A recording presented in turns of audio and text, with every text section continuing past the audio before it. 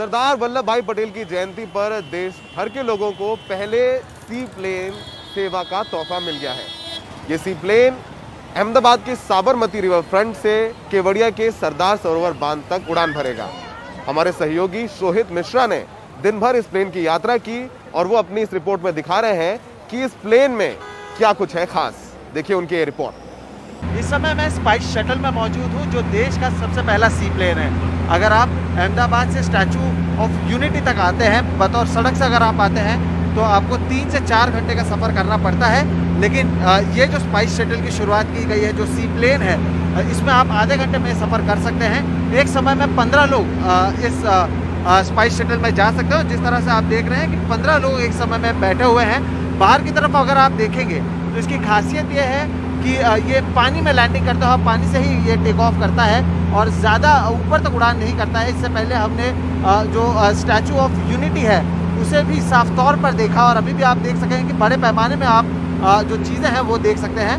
एक समय में 15 यात्री और साथ ही साथ 2 पायलट के साथ साथ कुल 19 लोगों की यहाँ पर सीटें जो है वो मौजूद हैं।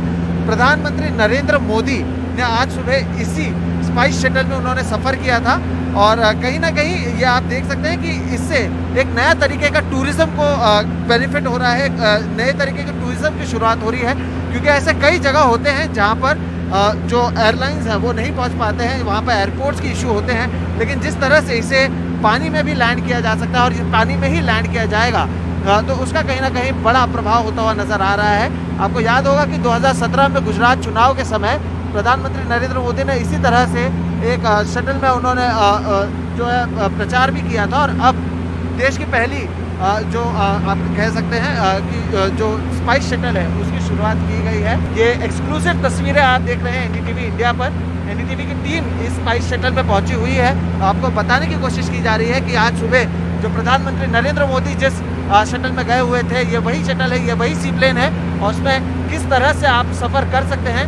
और इसकी बुकिंग अभी से शुरू हो चुकी है और इसकी शुरुआत ज़रूर गुजरात से हुई है, लेकिन इसी तरह से देश के अलग अलग जगहों पर भी जो स्पाइस शटल है उसे चलाया जाएगा। गुजरात में कैमरा पर्सन राजेंद्र दयालकर के साथ शोहित मिश्रा, एनडीटीवी इंडिया।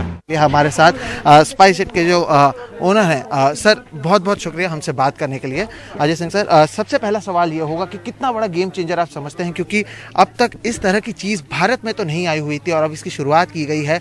कितना बड़ा गेम चेंजर इस पूरे टूरिज्म और बाकी चीज़ों में आप इसे देखते हैं? भारत में इतने सुंदर टूरिस्ट स्थान हैं और वहाँ तक हम पहुँच नहीं पाते, कनेक्टिविटी बहुत पुअर है। आप हवाई जहाज़ की कनेक्टिविटी तो है ही नहीं खैर मोस्ट प्लेसेस में, और उसके अलावा रोड की कनेक्टिविटी भी बहुत जगह ख़राब है।